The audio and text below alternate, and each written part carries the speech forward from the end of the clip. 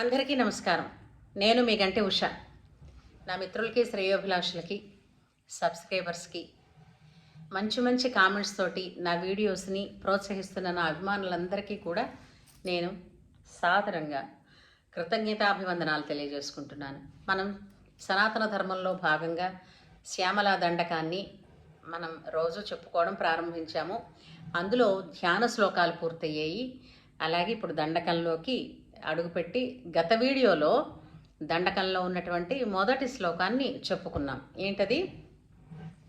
జయ జనని సుధా సముద్రాంత హృద్యన్మణిద్వీప సంరూఢ బిల్వాటవీ మధ్య కల్పద్రుమాకల్ప కాదంబ కాంతార వాసప్రియే కృత్తి వాసప్రియే సర్వలోకప్రియే.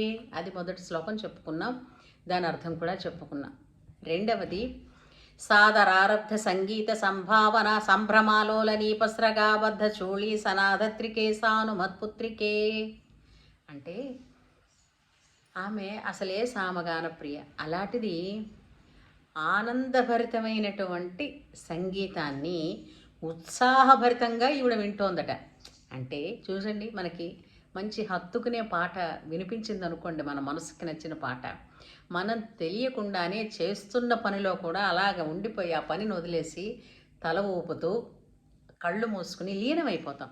అలాగా అమ్మవారు ఆ ఆనందభరితమైనటువంటి సంగీతంలో ఉత్సాహభరితంగా ఆవిడ ఇన్వాల్వ్ అయిపోయి ఆవిడ తల ఊచుతూ ఉంటేనట, ఆ ఊపిన తలలు ఊపినందుకు గాను ఆమె తాలూకు ముంగురులు వెనకాతల జడ, అంటే కబరీబంధం అంటారు, అంటే కొప్పు, అది ఎంతో అలవోకగా ఊగుతూ మరెంతో సౌందర్యాన్ని ఇస్తున్నటువంటి ఓ హైమవతి నీకు జయము అని కాళిదాసుడు చెప్పారనమాట, మహాకవి.